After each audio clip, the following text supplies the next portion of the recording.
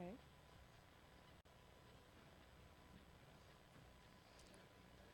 Can you email me a link to YouTube or to the Facebook site? Right now?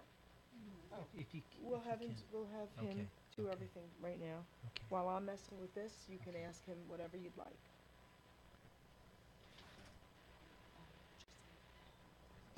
Thanks, Paul. Ruben? Hi there. Would someone please email me or text White me folks are slick. a Then they link said to white folks are YouTube slick. or Now, Paul, Facebook? we know there's a racial Thank problem. you. I appreciate it. Now, Paul, what if you You- could handle it? You could control it. Now, No. how would you handle So, it? Now, it's a cleanup send time. It's me. cooning time. I'm supposed to coon. Yeah, Now, the send me a coon door link. open. Easiest to send I it. said, Text how? it to me. Can you Kill text every or no? white Or person on email? this planet. But wait, are we on Facebook yet? They Oh, said I to don't end see it. racism. That's the only way. What do I hear in your... Well, Paul, you couldn't mean that. Your mother What do could I be hear white. in my ears? I'd have to kill that bitch too. They're cursing. I don't see it. I don't see it, guys. It's not on, Gino.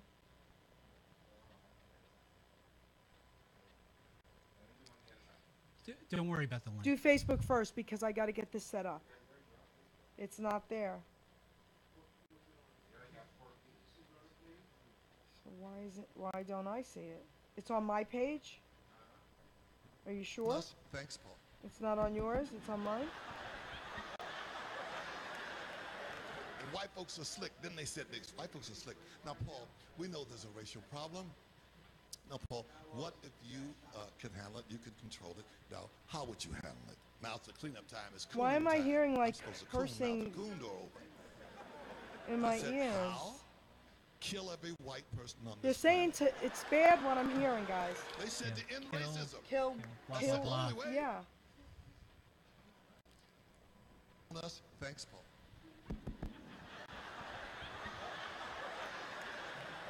And white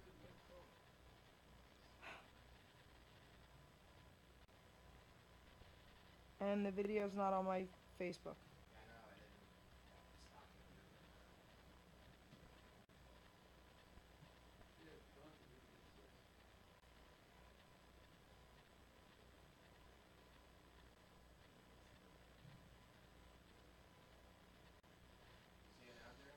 Hey, let's see, babe.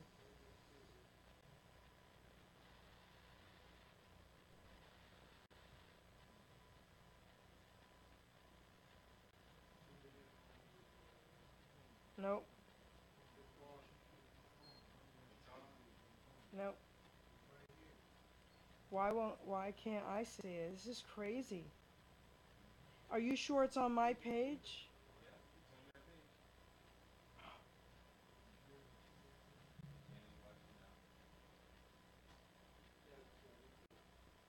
I don't know why it's not letting me see it. Is that crazy or what? I did, like 3 times. Alright, let me do it again.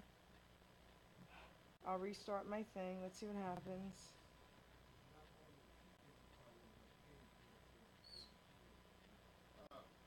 I don't want it on the Geri Petito show. It's got to be on my personal thing. I signed into my personal page.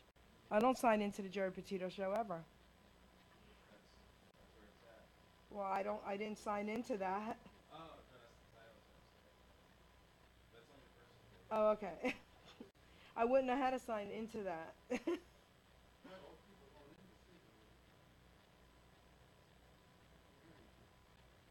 They're hiding it from me. That's great. Test 1 2. Test Hey 1 guys 2. out there, I can't find you people.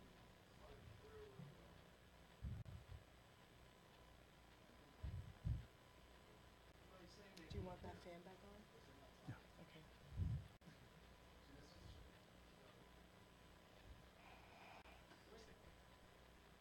See what happens now. Alright, let's see, baby.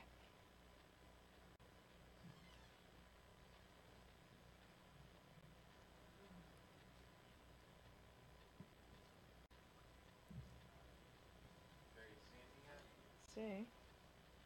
Nope. It's hiding it from me. It's not on my page. That's crazy. Who's watching it already? No. I mean, they know that. That's not the issue. I'm talking about, like, are they my friends that are seeing it or someone else's? Because it's not on my page. This is weird. I don't understand.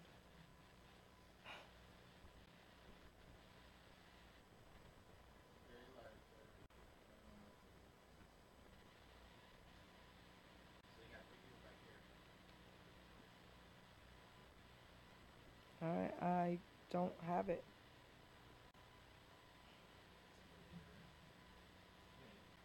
Let's try it here. It's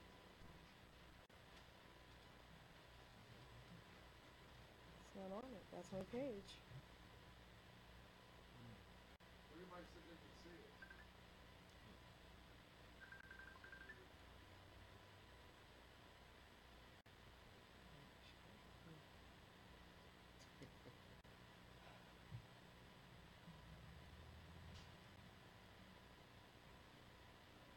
It's on my phone, maybe for some reason. I don't know why it's not showing up.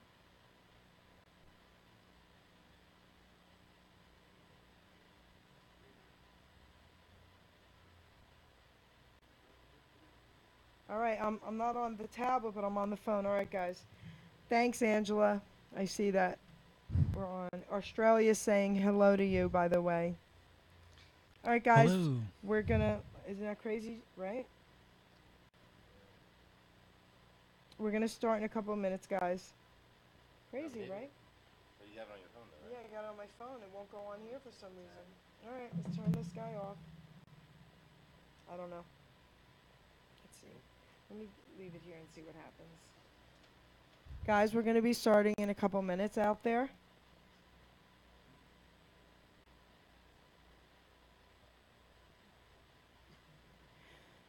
Guys, unfortunately, we're not going to take any phone callers. Are you, do you want, okay, we're not going to take any callers, guys. I think it's best.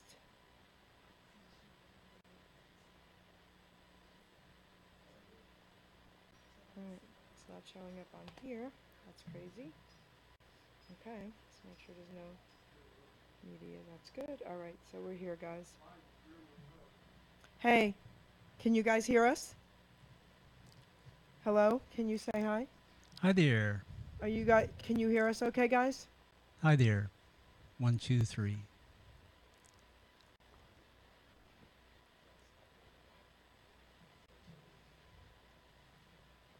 Do you hear us or no? Do you need us louder or we're good? 1, 2. Can you hear me okay, guys? 1, 2, 3. That was Australia trying to call to say hello to you, by the way. Oh, Australia's in the house. Angela, sir, we love you, girl. beautiful country. Okay, my favorite. My home away from home. Hello, everyone. Sharon's here. Sharon, stay on, baby. We're going to show a beautiful photo, okay? Stay on with us. The beginning, okay, sweetheart? Okay. Okay, guys. We're ready to start, guys. Angela, sir, hi from Australia. Ladies and gentlemen, Geri Petito. I'm not an addict, I'm just an ass. And in time this too shall pass. I'm not an addict, I'm just an ass. Geri Petito taught the class. I'm not an addict, I'm just an ass. Love's the answer, the greener grass. I'm not an addict, I'm just an ass. One day at a time, free at last. When you don't know just what to do, Just what to do, just what to do. if what you're feeling is really true, Is really true, is it really true? just keep your ideas safe and sound. Safe and sound, safe and sound. That's exactly how change is found. Change is found, change is found. I'm not an addict, I'm just an ass. And in time this too shall pass. I'm not an addict, I'm just an ass. Geri Petito taught the class. I'm not an addict, I'm just an ass. Love's the answer, the greener grass. I'm not an addict, I'm just an ass. One day at a time, free at last. Hello, everyone, and welcome to the Geri Petito Show on HamiltonRadio.net. I have a couple announcements to make first before I introduce my amazing guest tonight. Okay. First of all, I've been picked up by 2 other networks as well. PANJ Radio, the first Wednesday of every month, 3 p.m. I've been picked up by Beverly Nation every other Monday. You can catch me, I believe it's next Monday night, 10 p.m. Brother O, Rob Bell, thank you so much for this opportunity. And guys, it's all because of Hamilton Radio. Hamilton Radio is where it's all started from. And, you know, I just can't say enough about Hamilton Radio, how much I love it. Through Hamilton Radio, I've been able to help so many people with this show, and I just want to continue it and keep going with it. But unfortunately, tonight, I have a very, very sad announcement to make. Okay, Ruben? Yes. We want to pay tribute to this amazing young little boy, 4 years old, Lucas HINES. He drowned. He didn't make it. We had a prayer chain out for this poor child, his family. They're part of Hamilton Radio as well. I just want to say that, you know, Maureen, Jersey Shore Angel, Sharon, the grandmother, and the father, Dave, they're all part of Hamilton Radio, and we love you all. And there's nothing we can say to comfort you guys at this time, but there is a GoFundMe page out there, everybody. Support Love for Lucas, okay? www.gofundme.com, okay? Love for Lucas. And if you guys want to donate and you can't find the link, it's okay. Just get in touch with me, get in touch with Doc G. We can help you find it because, you know, this is probably one GoFundMe that I think is probably really, really needed, necessary, and worth it, okay, guys? So, again, to the family, to the beautiful family, we love you all, and we are so sorry. Again, you know, nothing we can say can comfort you at this time, but he's an angel now, okay? And again, we're just so sorry, guys, okay? So sorry. What a tragedy. Okay, so Sharon, his grandmother, did want me to say something about pools, guys. Please watch your kids by pools. Get them all swimming lessons. I think I'm going to talk to Robbinsville Police Station. I'm working with them with a program called Care for Drug Addiction, and I think I'm going to talk to them about getting all young children swimming lessons. Okay? My granddaughter just turned 3, and she can dive off a diving board. We've got to do something about this for our kids. Okay, so again, to the family, we love you here at Hamilton Radio. You're our family, and we're so, so sorry. So, having said that, so my guest here tonight, why don't you first tell everyone who you are? Hi there. I am Douglas HINES. Okay. I'm going to read Douglas HINES' poem, and then you're going to get the gist of who he is, okay? True Companion Robot is the title of this poem, guys. My guest tonight is Doug. Douglas HINES is his full name. You won't believe what's gotten Doug his new trophies claim the fame. True Companion Robot was the name given by choice. I'm hoping for a male one, Elvis's twin with his voice. I'd be the first to buy it, a deal we both can make. I clean your house forever, in exchange the Elvis I take. This robot seems insane, a concept out in space. The thought that this is real brings me to another place. I'm so intrigued to hear what led you on this path. I'm sure you hear it all, taking the good with the wrath. Let's hear all about it. I really can't wait. Myself and my audience all inked in this date.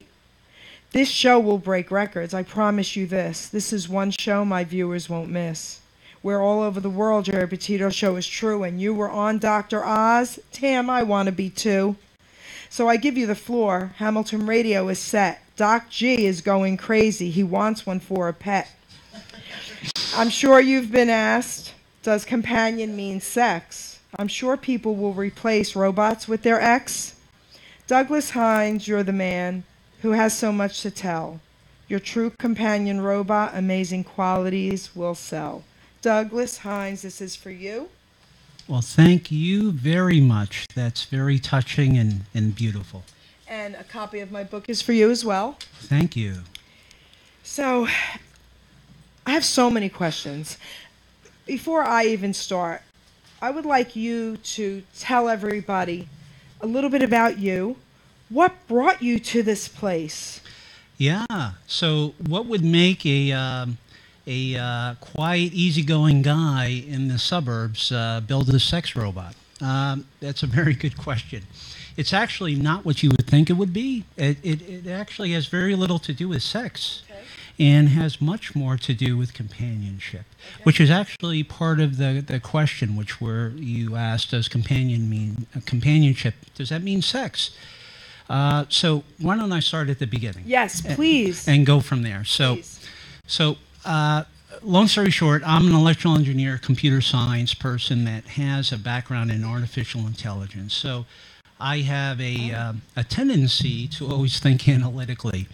I'll share with something very near and dear to me with you and your audience. So I had a friend who passed away, and so he died in the World Trade Center 9/11.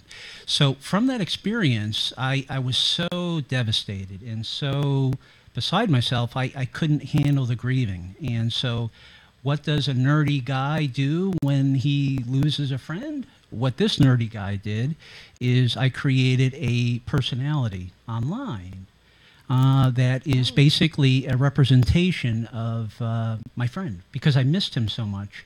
And he has had two little boys who are now teenagers that don't have those life lessons that we all take for granted.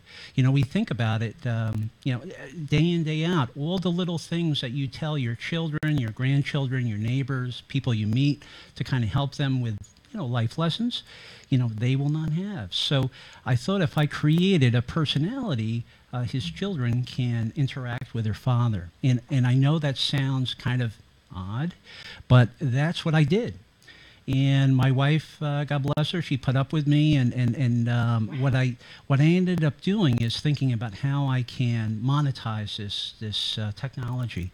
Basically, what I did is from artificial intelligence, I took basically the software, the ability, that part of it, along with the machinery, the hardware, basically brought it all together and thought about how we can apply a personality onto it. So not only do we have a personality that I started with, but then I applied it to a robotic platform. And that's what we have at truecompanion.com is robots that look like people. And so I imbued or applied the personality to the robots, and that's the beginning of True Companion.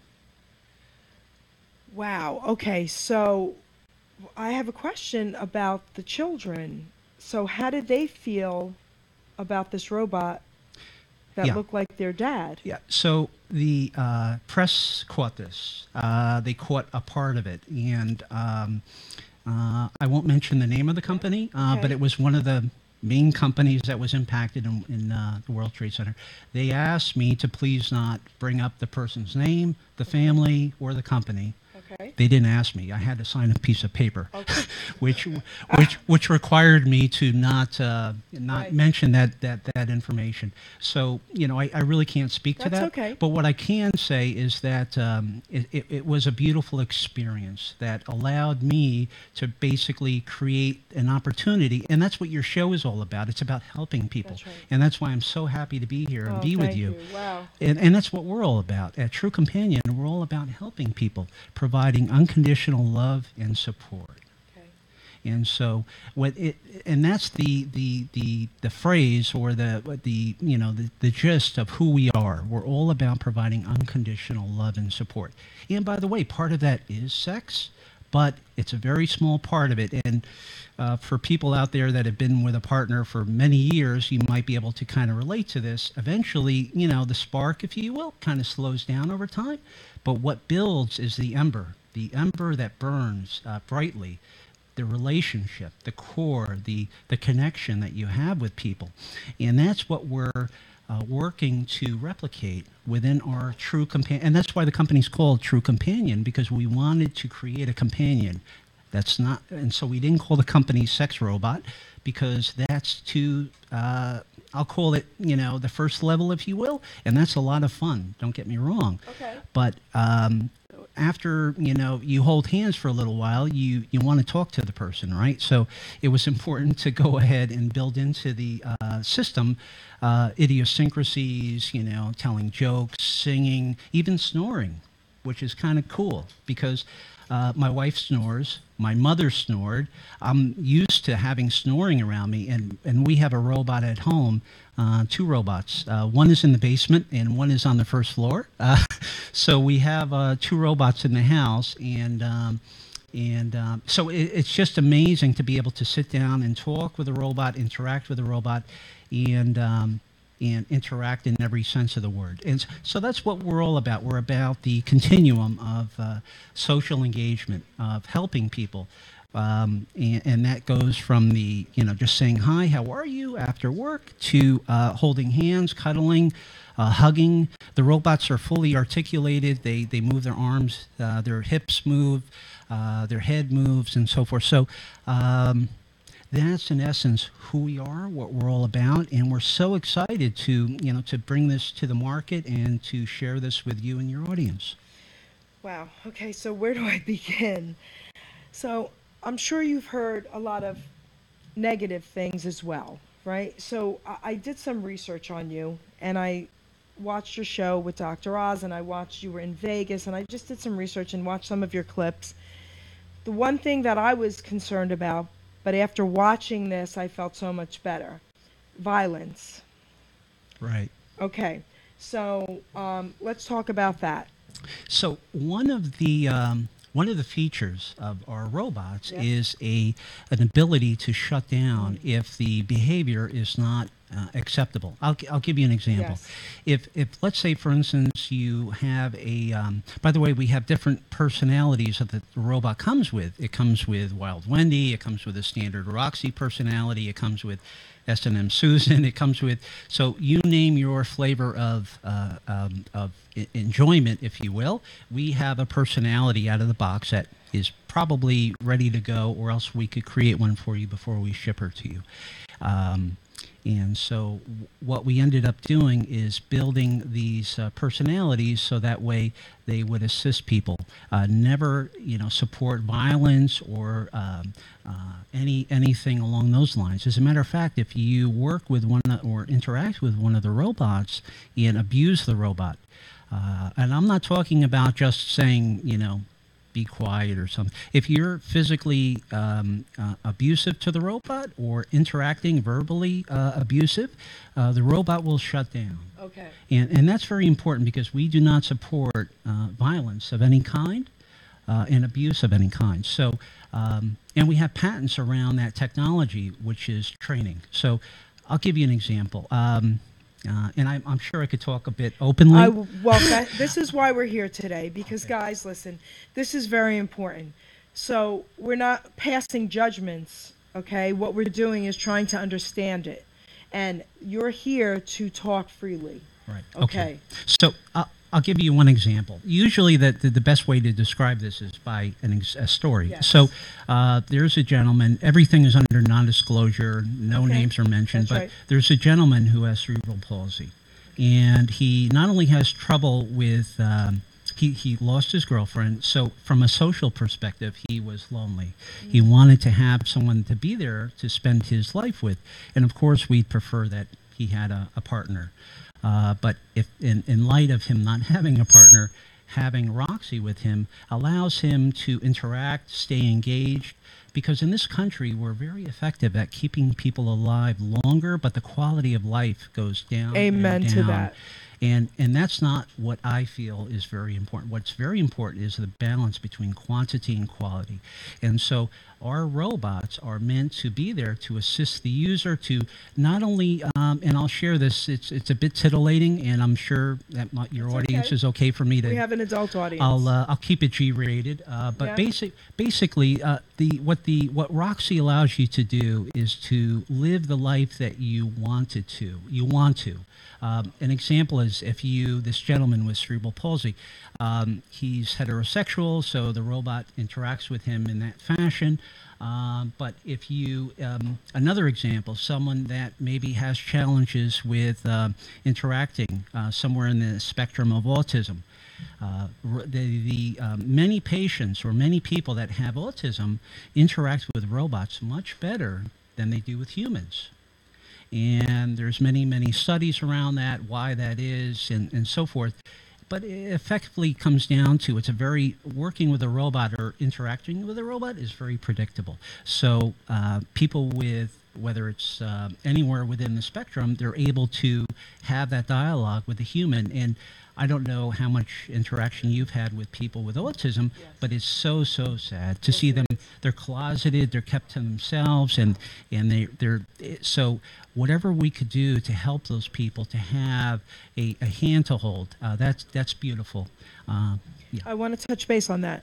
So is the ultimate goal, though, because what you're saying sounds amazing, if the ultimate goal is to teach that child or that person with autism to be able to now communicate with real people.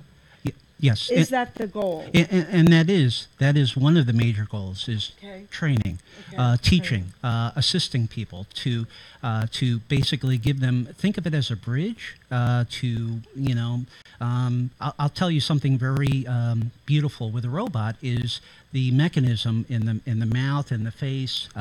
She moves her face just like a person. Up, her eyes move left, right, up, down, so forth. And so you can also kiss her and interact with her, and you could learn from that experience. So I don't know about you or your audience, but I had no idea how to, interact with someone. It was kind of interesting to get user, and that's what we do. We ask people what they want in the system, in the robot, and then we provide that. An example of that was kissing, helping people to kiss and interact, and how fast to interact in a physical fashion, and that whole unspoken, unwritten down approach is really something that must be learned over time, and it takes people very long to learn how to engage in a physical fashion, and we help people with that. We're going to take 1 second. Ruben or Gino, can you please just turn that one fan on for him? We need that fan on for you. I'm okay. Just that one. This was the one with the noise. Let's just turn that one back on for him. So I'm sure you've been hit with many questions. I'm sure, pedophilia has come up. I'm sure, right? You've been hit with so many questions. Could we talk a little bit about the concerns? Sure. So as far as age and so forth, so yes. we obviously comply with whatever if you're in the U.S., whatever the state, the local city, state, federal. So our robots never replicate a human that's under 18. Okay. So we have there's a robot personality called Young Yoko. Young Yoko is 18 years old and is very spry and curious and inquisitive, and so if you're looking to learn and to work with a robot that is more open to ideas, then that's cool. Then Young Yoko is who you would use. We also have on the other side of the fence, we have Mature Martha. Mature Martha is more matronly. She loves to talk. She loves the interaction, more verbal than physical.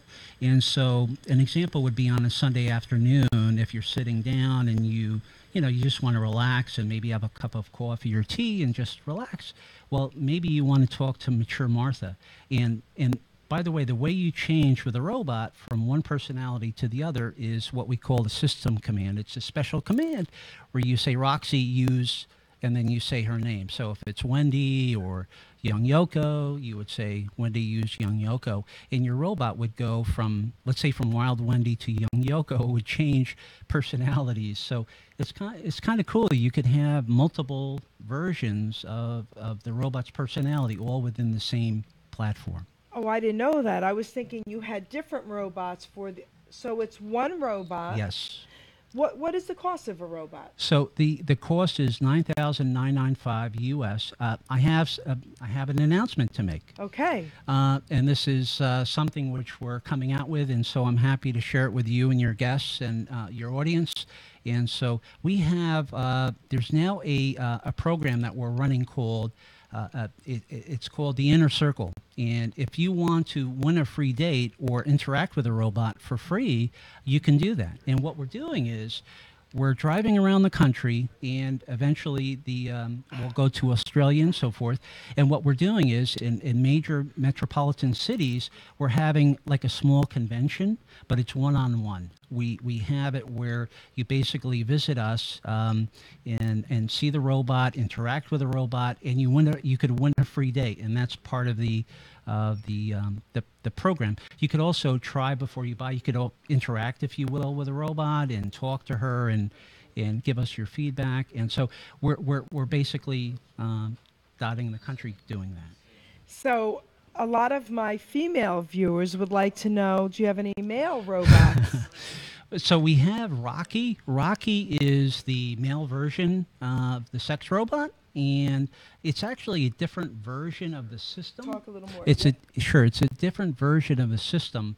It's it doesn't use the same personality as Roxy. So it's a we're working through that right now. And so if you send an email, or if your audience would like to send an email to info@truecompanion.com, we'll keep you in the loop when we're ready to release Rocky.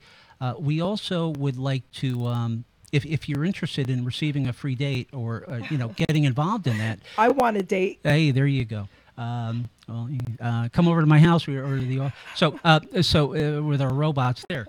But basically, just send an email to info@truecompanion.com, and what we'll do is we'll keep you posted as we travel around the country, and we can go from there. So, if somebody wanted a special robot made, all right, do we send photos to you and say we would like it to look like this person? Yeah. So there's three tiers of systems. So a custom system. So yes, we do custom systems, and we could create a likeness of yourself or your wife or your girlfriend or boyfriend, or, whatever you want. The only gotcha here, the only catch is that we would need approval of that person. So an example is if we wanted to create an Elvis robot or a Elvis, let's talk about it. You That's what I want. I know. So, well, here's what we could do. What we could do is create a similar likeness, but not an exact likeness. I get it. Because unless you want to call up, what's Elvis's? Listen, Priscilla. Priscilla, yes. I don't know how Priscilla, how open she'd be to that. But, so there's possibilities here. Yes. And so, but it doesn't have to be a celebrity. It could be yourself. It could be your wife. It could be someone. So wow. And again, the location or the mechanism to ask us about all this is through info@truecompanion.com. But it is more expensive. Okay. So it's to be determined. Sometimes it's not only the face, it's the body. They want certain pieces, something added here, something taken away here, but we're open to that. So we're able to do that. But it's basically on an as needed or on a one-off, or each person is separate, right? So all right. So now let's talk about. I've been asked some questions that people did want me to ask you, and there's a few of them that I do want to ask you. So, have you had any fears with some of these robots? Like, you're going to have one go on a date, okay? Right. Well, do you know the person that the robot's going to go on the date with? Like, are you going to do background checks with the person? Like, do you have any concerns with all that as well? Oh, okay. So the answer is no. No, there's no background. This is a... It's a product, just like a car or a stereo or an iPad or whatever. So we're not worried about that. What we are worried about is, we touched on it earlier, is abuse of the Yes. robot. Because basically how do I say this delicately? The parts that you interact with that might need to be run under the faucet or in the whatever to be cleaned, those could be taken out and replaced pretty much as parts Okay. that, but if the skin or the arm or if someone, bends or breaks or, that's a concern. Yes. So yes, we need to. So part of this is education of basically, and I don't mean a lot of education. I mean just basically ramping people up of how to care for her, how to wash her down with a wet, damp cloth, and so forth. So you don't put her in the bathtub. She's electronic. So you need to basically walk through a list of questions and make sure that everybody knows. But basically, it's just like having like a stereo or a radio. You would treat it with respect, and you wouldn't drop a radio on the ground, right? So, nor would you drop Roxy on the ground.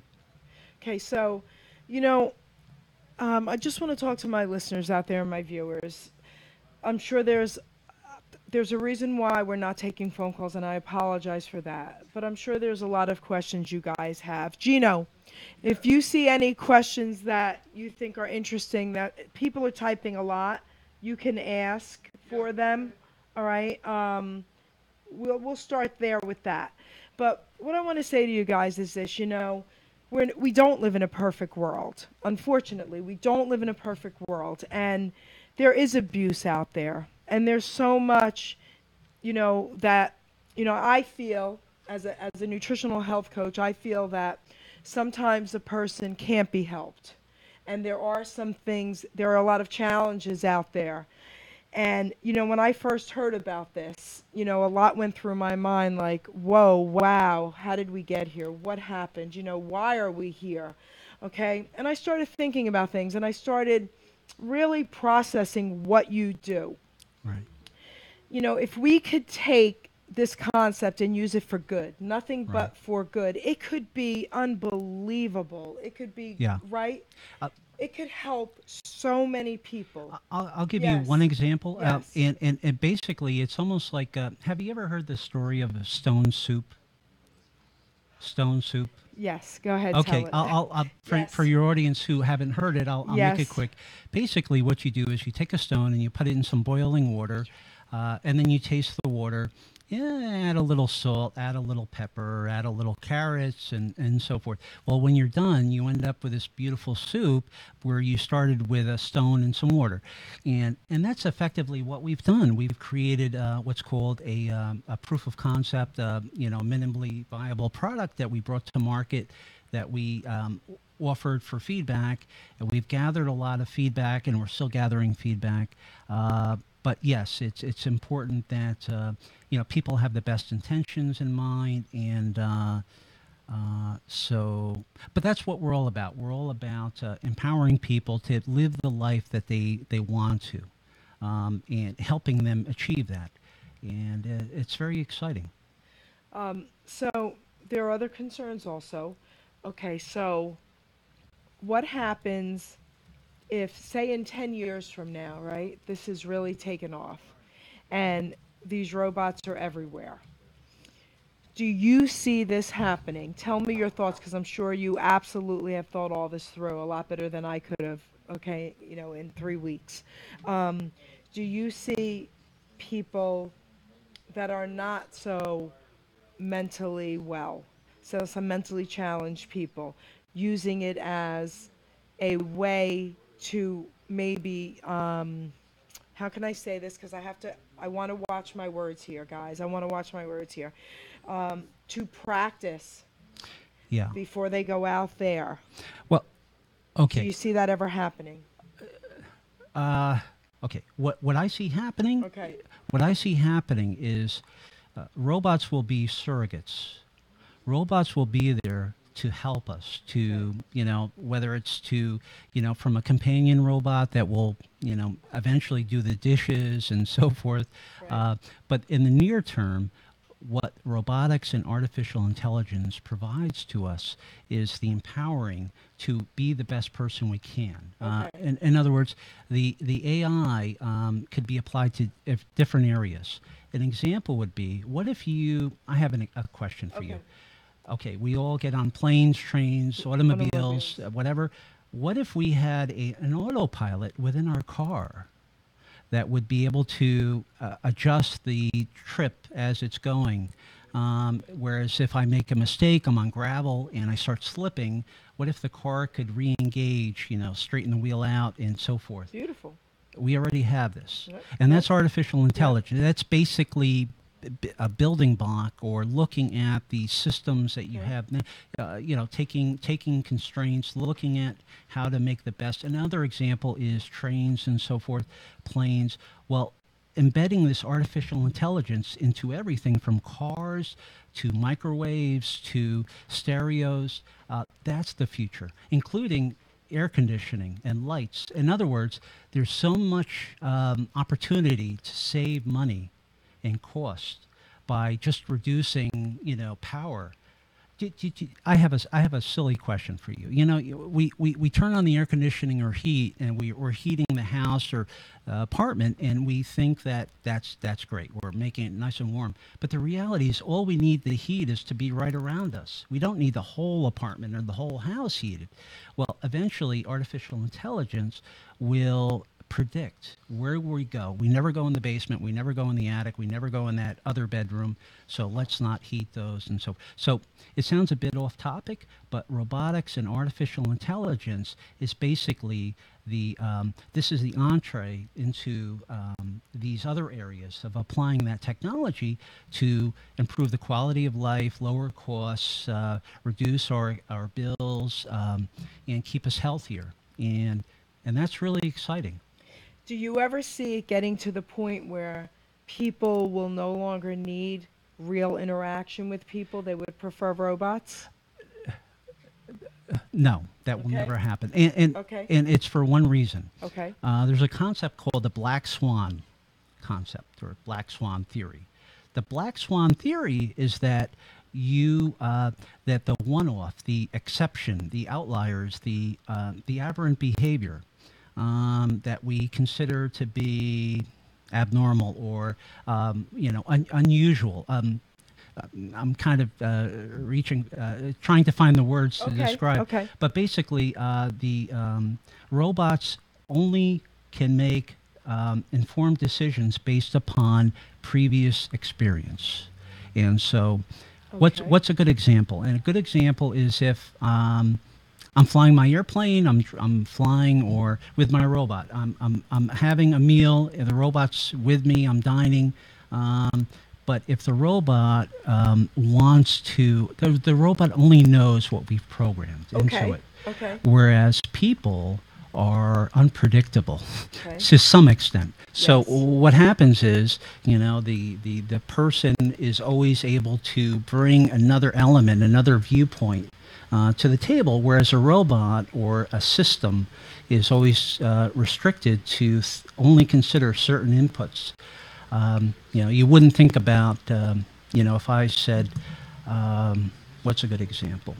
If I said to you, the water, what's the boiling point of water? You would say, 100 Celsius is the boiling point of water. But that's not necessarily true. The boiling point of water is a function of the temperature, the pressure. So if you increase pressure, the temperature for the boiling point goes up. But so if it's predictable, if you could base the intelligence of the robot on empirical information, you're able to have predictable results. Another very clear example, which I'm under non-disclosure, so I can't go into detail, but the U.S. government, the Department of Navy is working with us where we met with them, the research division, on various things. And so one of the questions that comes up in general, and I'll leave it at that, is should we have robots or artificial intelligence making decisions for us, i.e. war or engaging an enemy or those kind of heavy questions should never, in my opinion, should never be delegated to the decision of a robot, because the robot does not have the life experience that you and I do, which we take for granted. We know a lot of stuff, and so a robot does not know a lot of stuff. A robot knows zeros and ones, whereas you and I know about, black and white and gray and every shade in between. And so it's basically very, robots are very good at doing menial tasks over and over again, which doesn't require a lot of insight or so forth. So when you program your robots, how many people on what's the staff? Like, you're not just going to have one person saying, Yeah. okay, we're going to put the input in here. How many people? I'll tell you, it's very exciting, guys, because basically the people that we're dealing with, the software developers, okay? My wife calls me a double nerd. So, I love that. So I'm a computer guy, electrical engineer guy, so I'm a super nerd, okay, if you want to call me a super nerd. So basically, the takeaway of this whole experience is that people, go ahead. Hello? Yeah. Yes? Can you hear me? Yes. Okay. So the takeaway of this is that... Yep, you have to just... if you want, here. There you go. Oh, that's okay. So this is the thing. So how many people do you have? The software developers. Yes. So we have folks in the U.S. and India. We can hear you now. Okay, great. So the folks in India are basically, we don't talk about them as sex robots because they're very conservative. Okay. And so we use other words like S. They're S-type, meaning they're sexual or what have you. So it's a very interesting group of people. We have artists, we have sculptors, we have machinists. That's beautiful, because I'm an artist, and that's where I'm cool. going with this. And that's what we're doing. We're creating a piece of art. I mean. Yes. And funny story, I think your audience will like this. We were, sculpting. By the way, our robots are based upon college students, basically hired, and come in and we mold them, we sculpt them, and use their bodies. And then, very funny story, I said, could we please improve upon this one body? And he said, she's beautiful. It was someone's girlfriend. And so he said, I'm sorry to be saying this about your girlfriend, but, can we nip and tuck here, And so that's very exciting to kind of build a beautiful machine that is not very heavy, that does, the battery lasts, that the cost is as low as possible. All of these, constraints come into play.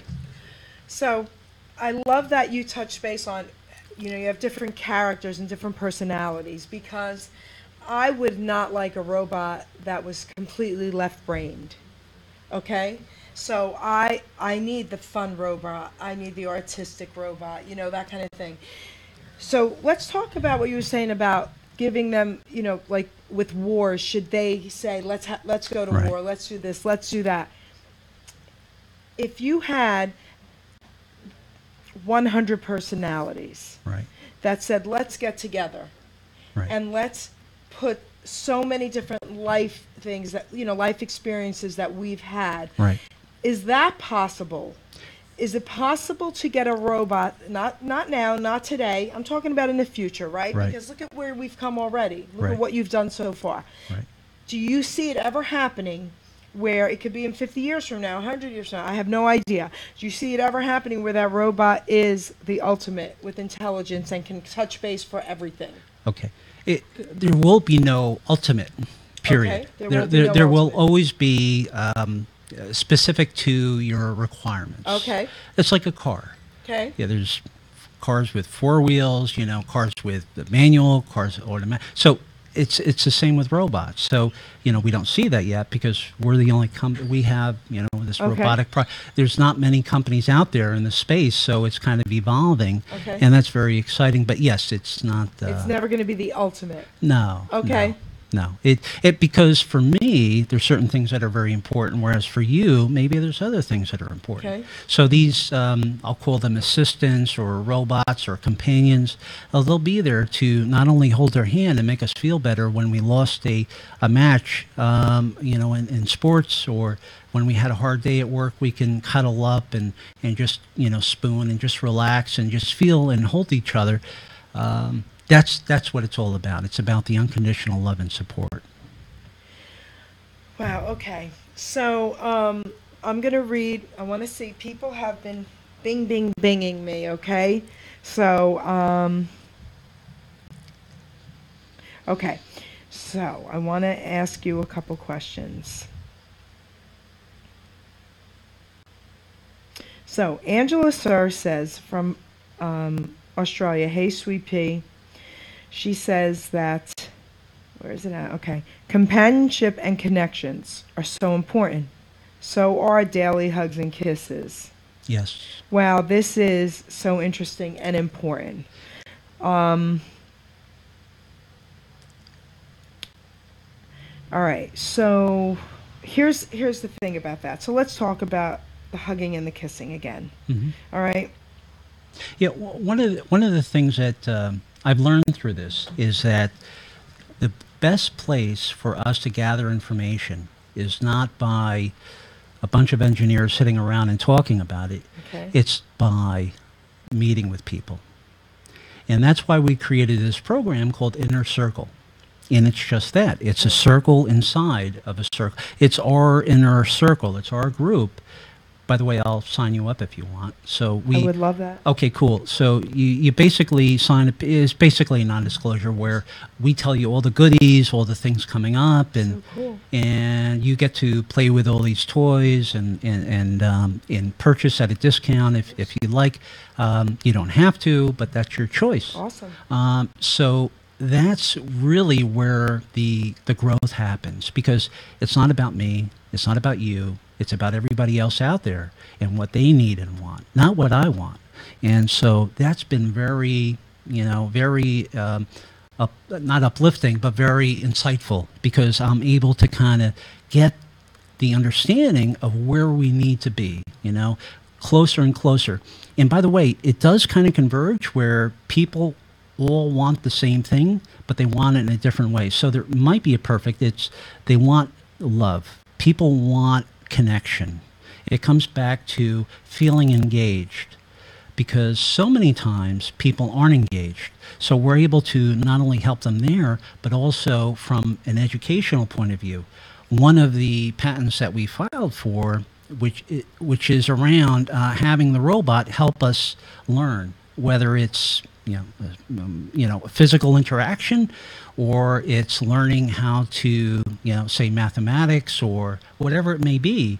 That's pretty cool. Just imagine that. Just imagine if you had a robot that was with you that would be able to answer any question, virtually any question you have, help you. I mean, this is our goal. This is what we want to shoot for, right? To create a virtual assistant that's there, that's always engaging you, that can interact in any fashion you like, but is there to basically provide any answers. And if it doesn't know the answer, it'll go out and find it, which is exciting. So I have something that I want to share out there, because when I started advertising that you were going to be on the show, people were asking me if they could sit in, and I said, no, thank you. I said, we were going to keep this as professional as could be. It was going to be you and me. They also asked if they could call in, and again, I said it would be best. I want to share something with you guys. I'm going to be honest with you, Douglas. When I first heard about this, I was taken back, and I was nervous. And I thought, what's happened to us, that we need a robot? I got a little nervous, I got to tell you. But I started thinking about my life, and I started thinking about life in general. If we really think about things, this is no different, and it has evolved. What do we give little kids? Dolls. They need them to hug. They go to sleep. It's a companion for them, right? Pets. We love pets. They're our companions. As children, they want to sleep with their puppy. They want to sleep with their kitten. Okay? And now I'm going to take it a step further. This is for an adult audience. there's also sex blow-up dolls. That's been around forever. Okay? We shouldn't look at this now. The more that I've learned about it and the more that I understand and the more I've been thinking about life in general and, you know, it's taken me back. We shouldn't look at this as any different than that. We should look at this as this could possibly solve a lot of solutions, that a lot of things that are going on that we can help people. We should look at this as if it's all used for the right things and the right purposes, right? It could help people. Yes. One other thing that I've learned over the time is that, you know, when many times when women would come up to me and say, you know, this is sexist, misogynistic, so forth. And the reality is we're trying, we realize how beautiful women are and how empowering it is and how they're the life force in every relationship, including mine. My mother was a very powerful person in my life, and I'm sure that your audience would agree that, you know, we literally owe our lives to women. And so it's a compliment. That's why we came out with Roxy first over Rocky. Yes. So that's, yeah. That's. But you know, but what I was saying was really about companionship. That's what we need from the day we're born. Right. So we're taught early on to have companionship. Right. That's what I'm saying. You know, we're taught all early on. So as we get older, unfortunately, some of us get shy. Some of us can't really have that. Right. So, and this can help everyone. Yes. Right? So that's the goal. And by the way, well, let's just talk openly. Many people have something in their nightstand right now that's been in, you know, people have that they reference, they use every so often, right? Women have that thing that they take out of their top drawer. So the reality is electronics and interaction. But that's my point. And mechanical assistance is something that's not, and by the way, there's nothing, you know, sex and love is beautiful. It's just the coupling of, you know, it's meant to be a beautiful thing. It's when people maybe treat it incorrectly or, you know, twist or, you know, kind of change what the intent is. But the coupling of two people is a beautiful thing. So let's talk about how you program. I am so curious about this. When you say programming, you mean? So, like, okay, so you have your robot. Right. And then you're going to put data into its mind, into its intelligence. I'm gonna blow your mind. Blow my mind. Roxy does not have one mind. She has 5 minds. So tell us. Well, I can't tell you everything, but I'll tell you here's the situation. Okay. Every situation has a certain, you know, context where, like, if you and I are playing chess right now, it would be very important to be very analytical and, you know, mathematical and you know, analyzing and projecting moves and so forth. That's one area of a brain. And I'm a chess player, as cool. a matter of fact. Okay, cool. She could kick my butt, maybe? So that's one set of skills. And so every application, whether it's photography or painting and so forth, requires all these different skills. And so the robot out of the box might not know how to play chess, but she can learn through something called machine learning. Okay. So over time, whether it's mathematics, chess, or something like photography or art, that's more, you know, future vision kind of thing. Okay. Whereas, you know, short term, conversational, understanding what the intent is of what you're saying. I'll give you an example. If I say, "Oh my goodness," that could mean either a very good thing or a very bad thing. Okay. And so it's all tied to what I'm doing, what I'm experiencing. So if I walk out to my car and it has a flat, I say, "Oh my goodness." But if I walk in on a surprise birthday party for myself, I'll say, "Oh my goodness." You can tell me that she can tell the difference between what the "oh my goodness" means. That's where I'm going. You're working on that. That's where we're going. That's pretty cool. And that's very cool because the context is very important. Not only the word choice, the inflection, the cadence, Your physical, the expression you're providing to me now tells me how you feel. 80% of communication is nonverbal. That's right. Absolutely. So what's the most important is the touch, the feel, to know who the person is, where they're coming from, what their motivations are. All of that is very, very hard, like you said, to program. But so we have these different, I'll call them brains. We have these 5 brains, and each one does something differently. One is very good at mathematics. One is very good at, I'll oversimplify it, but one is very good at artistry, painting, or what have you, creativity. Another one is good at, say, social sciences, and so forth. So these various brains provide the collective knowledge of what the robot's able to do. And so it learns. So I'll give you an example. If you like pizza, my wife had a pizza yesterday, and I'm trying to watch what I'm eating. And that pizza looks so good. Okay. And I'll tell you, if I could make a healthy pizza, I'm a vegan chef. I can make you one. Cool. Well, we're going to talk about that after the show. So, but that's something I would love to be able to do, is to make a vegan pizza that's so tasty. So that way I could. So that's just one example. But basically, every day we have these. I'll give you another.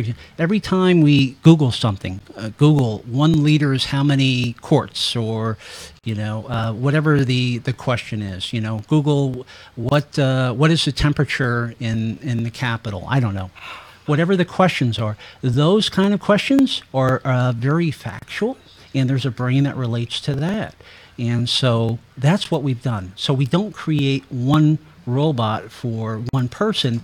We create one robot with multiple brains that can adapt to who you are and what your needs are. And by the way, if you just want to sit down with Roxy and cuddle and hold her hand and have her hug you, that's cool. But if you want to talk to her about a movie that you saw, or playing snookers, or whatever it may be, if you're whatever your interests are, that's cool, because she'll learn more and more about it. So I have a question for you. So, say I got Roxy. Yes. All right. Well, my Elvis. Say I got my Elvis. Well, let's call him Elvin. Elvin. There you go, Elvin. I got my Elvin. Listen. Say he was with me for 6 months. Right. At that point, would he really get to know me enough to know if I looked a certain way, what it meant, or...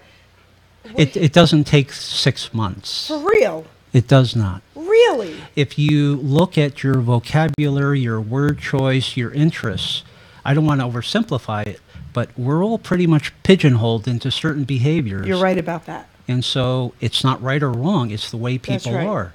And so, no, I enjoy maybe 5 things a lot. And I enjoy maybe 10 or 20 things a little bit. I'm not a complicated person. Probably everyone else is the same way. We enjoy certain sports teams, certain types of movies, genres, and the robot's able to learn that and to give you, say, hey, your director, is coming out with a new movie, which is, going to come out next year, blah, blah, blah. So the robot can learn. It can learn from the internet and provide information too. So if I took my robot to a party... Yeah. Okay. This is so crazy, guys. If I took my robot to a party and Yes. there's a group of us talking, Yes. somebody gets a little loud just because we're having fun, Right. would the robot try to protect me? That's Or tell them to be quiet? it all, again, it comes down to the context. It comes Okay. down to, and the past experiences. So if the robot understood that, I don't know, that you did not like that loud sounds Okay. or noise, Okay. yes, the robot would, take on that role. Okay. But that's something that it would learn over time. Okay. Yes. So here's what I'm hearing from you, and this is what I would love to see happen. Nursing homes. Yes. Okay, let's talk about that. Nursing homes. Okay.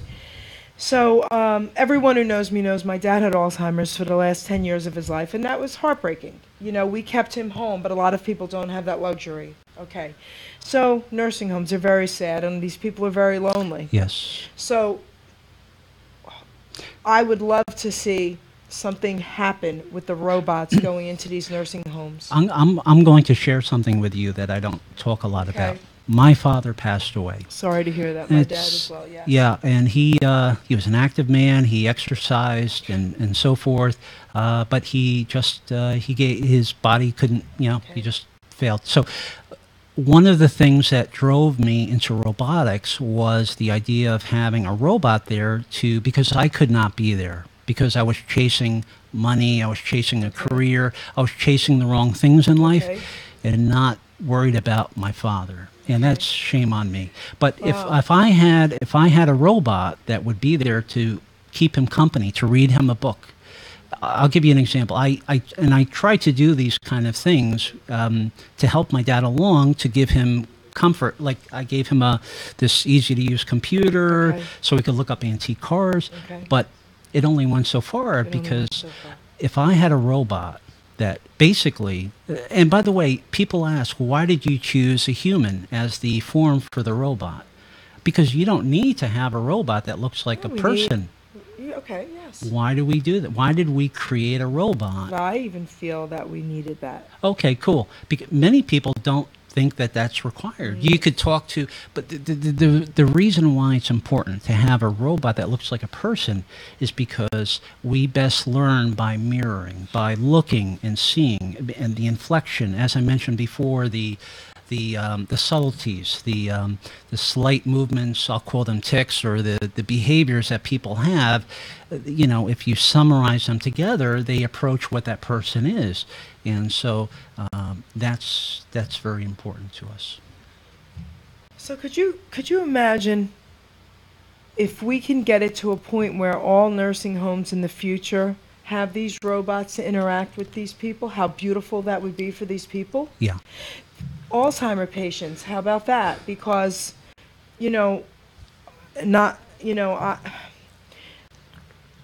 some people get short with people, even with Alzheimer's. It's not okay. But some people don't have the patience. But robots would. That's right. So they could sit there with them for hours. I thought that was off. I'm sorry. They could sit there for hours and hours and talk to these robots. How beautiful would that be? Yeah, and there's been studies in nursing homes, elder care facilities, where they bring in pets, which sounds totally unrelated. But no, it is related. Like I said before, we cuddled with our pets, even as children. Right. We need to cuddle. That's right. Okay? We cuddled with our dolls. We cuddled with our pets. We were taught we weren't even taught. We knew we needed to cuddle. We knew we needed interaction. That's right. Yes, absolutely. That's right, and that's a market that we're going after, is nursing, healthcare, elder care, as well as retail and commercial and consumer. Now it's making me want to start some sort of a nonprofit, like in different communities, to do this for people in nursing homes, elder care, all that beautiful stuff. And by the way, we're setting up a pilot program, so if any of your guests, whether they're overseas or in the U.S., that want to be involved from the healthcare perspective, we're happy to assist and be involved, and hopefully we can, find a middle ground where we could work together collaboratively. So if your audience emails me at info@truecompanion.com, whether it's for themselves personally or for a nursing home or someone that they love or care for that's maybe in an elder care facility or someone that's at home, we'd love to talk to you and have you share with us what your thoughts and requirements are, and we could see if we could help you. I'm really glad that I got to meet you and to sit here and talk to you personally about all this, because you've made me feel so much better about some of my reservations. Listen, I'm a middle-aged guy from Bell Labs, very, I'll call it very, I'm boring kind of guy, but I realize this opportunity that we have right now to create this platform to help people, and it's so exciting.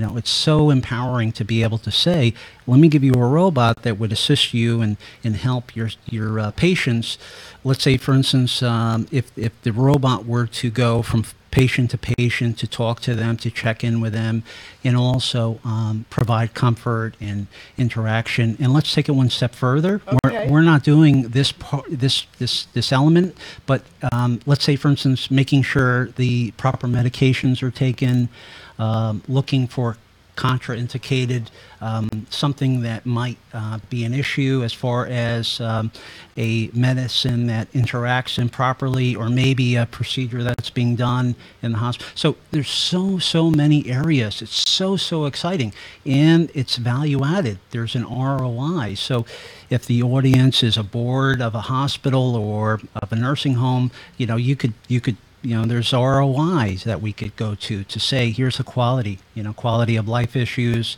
We can make sure that patients are being turned. That's another thing that's so fundamental as turning. Did you know that there's a requirement to rotate patients that are in nursing homes and healthcare facilities? Of course. Okay, so, Of course. and that's not happening.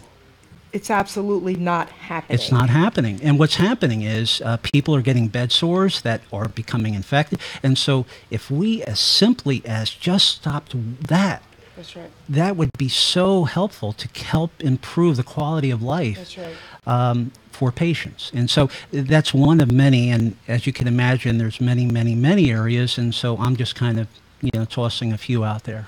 Okay. So I want to ask you another couple of questions, okay? And we're going to touch base on this only for a few minutes because someone asked me to, and I would like to, because people have so many questions out here, okay? And I just want to respect them.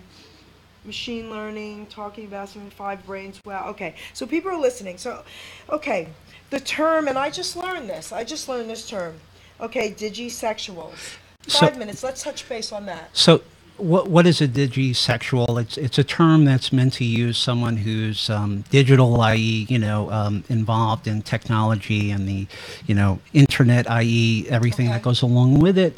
A typical example might be someone in the context of sexual. It means obviously, that level of it, but digisexual or a person that has that, proclivity is someone who embraces technology and utilizes its capabilities to meet their needs. Okay, and beautiful. in the terms of sexual needs, a digisexual person is one that is open to exploring how technology can meet the unmet physical, social, sexual needs of that they have, and that's part of our target audience. Whether it's a middle-aged person that is maybe tired of the bar scene and doesn't want to kind of, drink beers all night and look for people that are maybe not the right people anyway, so that's what we're all about. We're all about empowering people through the use of technology to help them meet their needs. So let's talk about maybe like ADD, ADHD. I think Right. they could help those people as well. Yes. Okay? So, I remember I worked in a school system, and I remember thinking, everybody needs someone that they can relate to, because sometimes, they feel excluded, and that's really sad. So, what are your thoughts on that?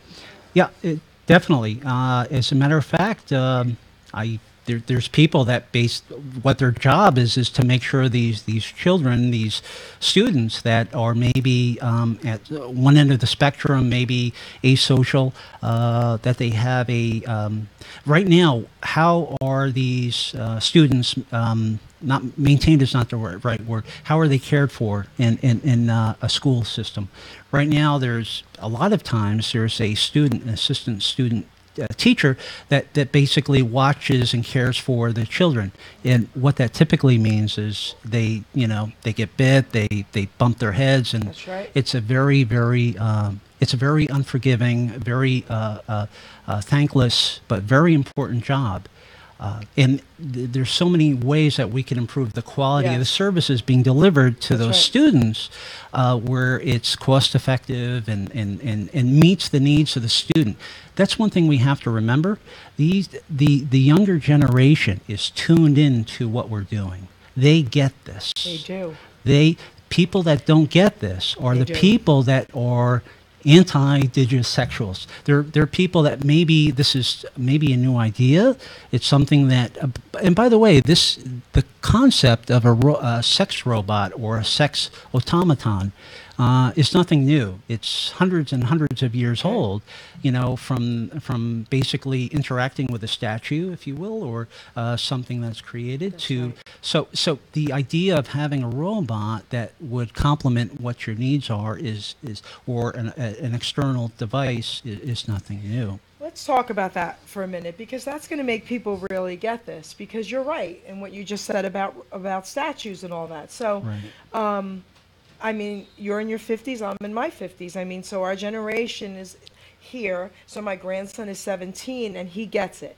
Like, Okay, yeah. completely gets it. Yes. Okay? So my daughter's like on the fence, you know, with all Right. the technology, but he Right. gets it. It's Right. their language. Right. It's their language. That's right. So what you just said about statues. So I grew up Catholic at the time in, you know, an Italian home. Grandparents had statues everywhere.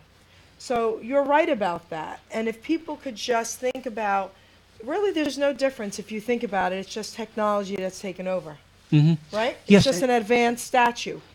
Just imagine if we, in underserved communities where, you know, education is maybe not on the top of the city council's list of requirements, what if we had a robot that could be Abraham Lincoln or any figure from history, so that way Mahatma Gandhi. So you could have have him speak on behalf of protests that are and how to approach protests and civil disobedience and how you can affect change and not be a subject of, you know, a pawn in the system, if you will. So that's what a robot could do, and it's so exciting. And by the way, it's just not like turning on a TV of a show of Mahatma Gandhi talking. The robot can meet you wherever you're coming from. In other words, and this is very, very important, in school systems, if we're talking specifically about schools, you have students that are across the bell curve. They're from, marginally able to function straight through to exceptional, That's right. and everything in between. And so a teacher really has his or her hands full because she or he has to teach and service or help each of those students. Well, what if we had a robot that can maybe downgrade or slow down or use analogies that are effective in the communication of ideas for that student that maybe is not getting it, is maybe asocial, is maybe not connecting. Wouldn't that be great if we could meet and help that student as much as the people that are in the That's middle, right. which is who we try to help, and we end up helping no one effectively. Imagine this, guys. Imagine if you have robots in schools, children that feel socially inept, children that feel shy, children that are being bullied, Think about this, right? So if they can have a friend in this robot, first of all, if I was younger and a robot came into the school, I would run up to that robot, wouldn't you? Yes. Before you would run up to just a regular person trying to tell you how to do Yes. something. Yes. So imagine if we had robots in schools trying to help these children. That's right. These children would want to sit there Right. and listen to these robots because they would be in awe, first of all, that this robot can do this. That's right. It's no different than their digital games. And what you'll see is all the scores. I mean, this is subject to testing and clinic, to rolling this out. But effectively, you'll be raising the scores of all the students right. because you'll be providing an optimized teacher for each of those That's students. And that is so, and you could apply this not only to students and this is all artificial intelligence. You're not only applying it to students, but what if you're a doctor? And this is being done now by Watson, by IBM. They're scanning x-rays. I happen to know someone who has cancer, and that person had the 3 CT scans done, and they did not find cancer. Okay. But it just so happened that there was one other doctor who looked at physical examination and said, wait a second, something's wrong here. Now, wouldn't it be great from a cost savings, from a healthcare cost, from a quality of life, or for a survival benefit, to have the machine tell the doctor the first time that CT scan comes through and says, I see something happening here. I see something that is aberrant, that might be something you want to take a look at. Wow. And that's happening now. That's ramping up. And what we're doing is, in keeping with the military example I told you about before, we do not want the AI, the artificial intelligence, to make those decisions for the doctor. But what we're doing is we're basically they're recommending systems. They're telling the doctor, check the frontal lobe, right. check this lymph node, check this, and and people don't even know this is happening now, but it is. Artificial intelligence is now helping us with the diagnosis of cancer. So, even for drug rehabs, I mean, think about that. Yes. That's close to my heart, obviously, yes. Right, guys? So imagine us having robots in drug rehabs. Yes. Okay? As an addict, I'm telling you right now, you would rather listen to a robot and interact with a robot than a real person, because addicts have a problem interacting with other people while they're going through their addiction. Mm-hmm. Okay, they don't want to hear what we have to say. They're listening to us, and, half of what we're saying, they're not even, right? Right. But imagine us putting a robot there. They'll listen to every word that robot says. Right. This could be really amazing. Ruben, would you like to ask any questions? Because I know you're busting over there. And you know the rules. Yeah, I know. It's just, little innuendos I was humbly joking about when you said about the robots being in a drug rehab place.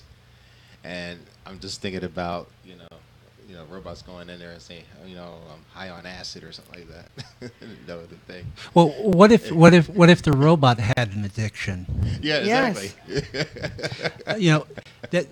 The robot would have to have had an addiction to relate to the addict. That's right. Very good. Right. Exactly. That's what I was thinking yes. about. Yeah. But by the way, this is something that's happening more and more. We're basically, anthropomorphizing all these robots and applying them, our life lessons to them, which is what I'm talking about from the beginning, which is the whole idea of basically learning from these machines, right? So it's an exciting time. Now, also on the AI thing, speaking of not only companionship but having compassion, right? Like, say for instance, if the robot can have that feeling, like if someone passed away and you can talk to the person, right? About having that empathy. That's the word. Having empathy, because even dogs have empathy, because they know if something's wrong or sick or something like that, they have empathy. That's a great point, and that's something that we need to have the robot learn, which is very hard. Getting back to, I was talking earlier about facial expressions and reading that and so forth, and kind of tying that to the discussion, and kind of building a collection, almost like a mosaic of all the data that's coming in, all the information coming in, and bringing it together. Because like if say like an older person, they've been married for 40, 50 years, and they don't have that companion. But not only the AI would be so autonomous, but you're not talking about me, are you? With it, would you be autonomous? No. I'm just joking. I'm not. I've only been married 30 years. 30 years. 31. I mean, unless you want to get rid of your wife. So, Ruben, my dad's sister, my aunt, was married 70. They were together altogether 70 years, 74 years. 74, yeah. And he died less than a year ago. So you're right. And also too, to help around the house, we would love. They can move. Actually, speaking of this, if you don't mind me adding to what you're saying, please. The Disney's, what is it, Amanda, I think it's called. Their thing. I was going to say Pocahontas, but it's not Pocahontas. Avatar. Okay. Yeah. They have a avatar that has 26, I believe, different expressions in the face. It's so fluid. Sure. Oh wow. And it's very fluid, even with the arms, the facial expressions. Sure. The facial expressions alone have 26 different mechanisms to give it different fluid motionless. Right. You know, so it doesn't like stop and jerk or anything like that. The most people are familiar with the Hall of Presidents at Disney, where you have Yes. John F. Kennedy and Yes. Abraham. Yeah. So all these presidents, they have the mechanisms within them also. Right. What people don't realize is how heavy these machines are. Okay. Yeah. You know, they're hundreds and hundreds and Of hundreds of pounds. They're also very expensive. And those are two of the largest drivers of what we've had to do is reduce cost and also the weight.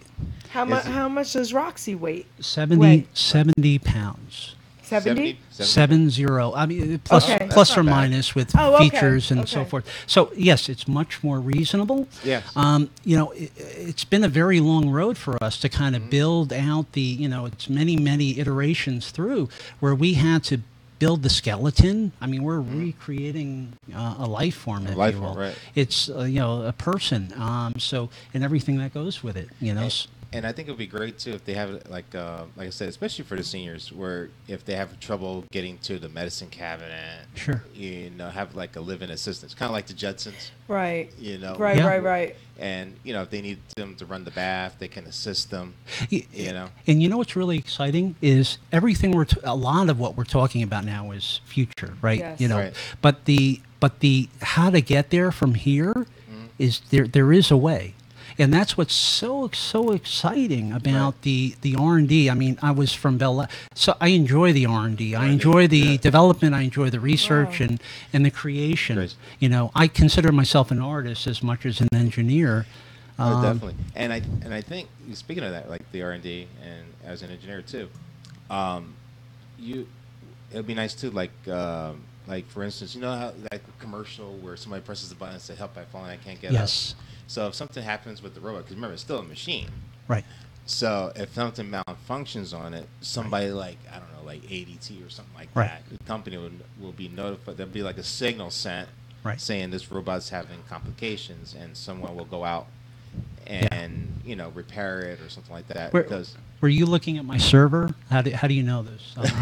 I'm that's just, right. I was speaking in well, I know a little bit of this because my family's military, and my father worked in the secretly in the government. Oh, okay. Well, I'll thank, say- Secretly. thank you secretly, for yeah. his service. That's great. I Thank you. can't say too much Right. on the air, but Yeah. So I have a So I question don't- about with what he just said. So what if a robot is with someone and this person has a heart attack? Could there be anything where the robot could Sure. press a button or? Yeah, Okay.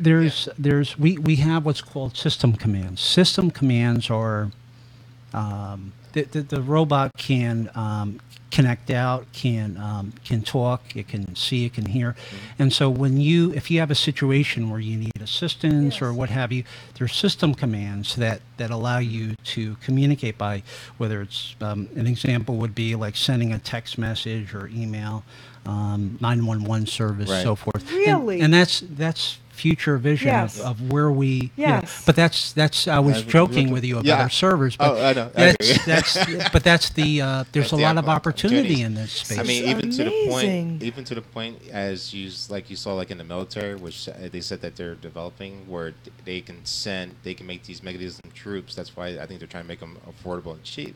So it's better if they send these guys out to war. Yeah. That I versus- agree with 100%. I Yeah. mean, versus I get people. it.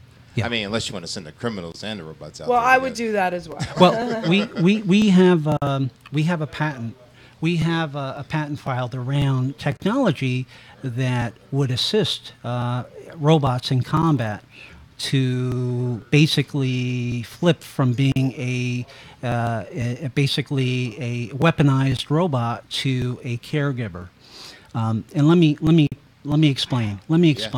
And I'll keep it general. It's okay. Basically, in a as you were describing in a battlefield, it's basically there's so many unknowns, right? So you fall back on training, and so Okay. what the robots can do and are doing. In general, is to engage the enemy where Right. where the rubber hits the road. Where so they're impacted, as you just said. Right. But there are non-enemy individuals that might Right. get hit or injured and so forth. So I have a question. What if a robot stumbles upon a child that's injured in a battlefield? And that's where the empathy and the compassion part Right. that comes in. And what we've done is we have filed patents around the technology that would basically invoke. And I won't go into the detail because it's beyond. I don't think Right. anyone wants to hear all the detail. Right. But basically, we flip a switch that allows that weaponized robot to take the role of a medic. Right. To take the The sensors, sidekick. yeah, take the sensors it has, the But- cameras it has, and repurpose it to the situation that it's amazing. in. And also, too, speaking like in the military, another way where it can work is just like, well, I don't say so much like the Terminator because the thing that was programmed just to go and kill, but not only the have common sense reasoning, Right. but regular people can't even do that. Right. No, maybe it's- the robot can because it's programmed to. Well, And- what it could do is ignore extraneous inputs that No, people I love that. Yeah. Anticipate. Anticipate. I'm sorry for Yes. cutting you Oh, no, off, it's okay. Go ahead, but go. it's Yes. actually a very important point. Yes. People are emotional. Yeah. And people make decisions based on emotion as well as in rational Yes. thought, logic. Rational thought. But the combination of those two are Yes. are usually empowering, but sometimes they're disabling. An example would be when the stock market goes down. Down. Everybody wants to sell. Sell, Right. sell, sell. They panic. Terrible. That Right. you should be buying when it's going down, not Right. selling.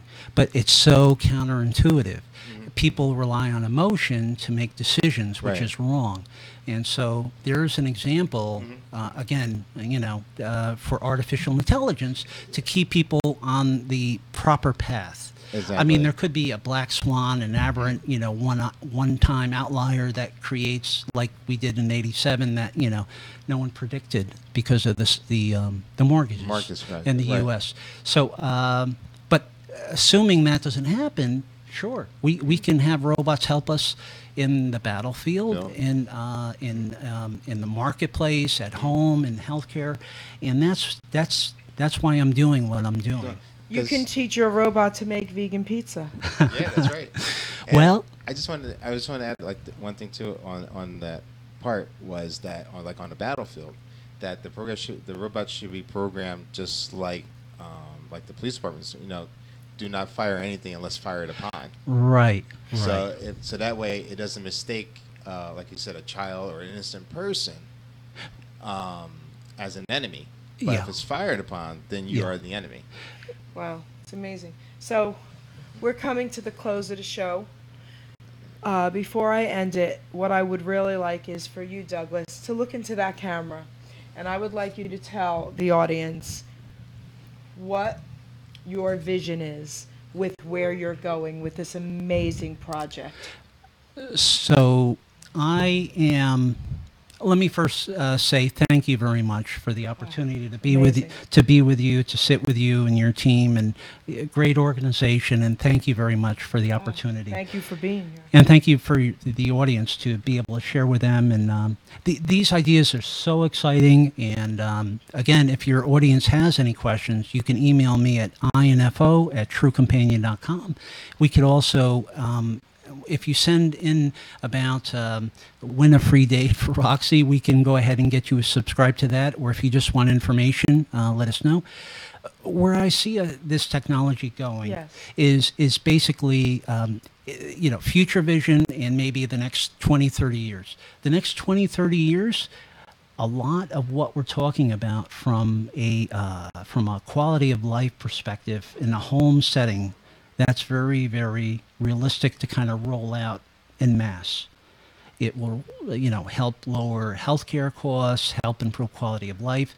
If I don't have a girlfriend or boyfriend or I'm in between relationships, I can use the robot to supplement my interactions. And so that's what I see in the next 20, 30 years, having robots to be the surrogate, to be, basically the help out with things. And it will slowly gain more and more momentum.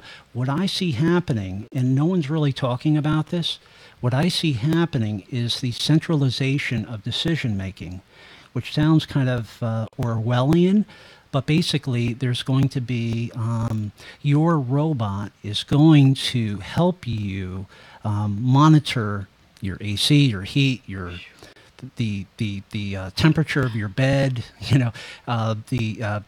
whatever types of interactions you want to have with that robot. That's what I see happening. It's basically going to become part of your existence. And one of the things that we should keep in mind is that we want to use this, and you brought this up earlier, we want to use robots to empower us, not to weaken us. To empower. And to be a step to the future.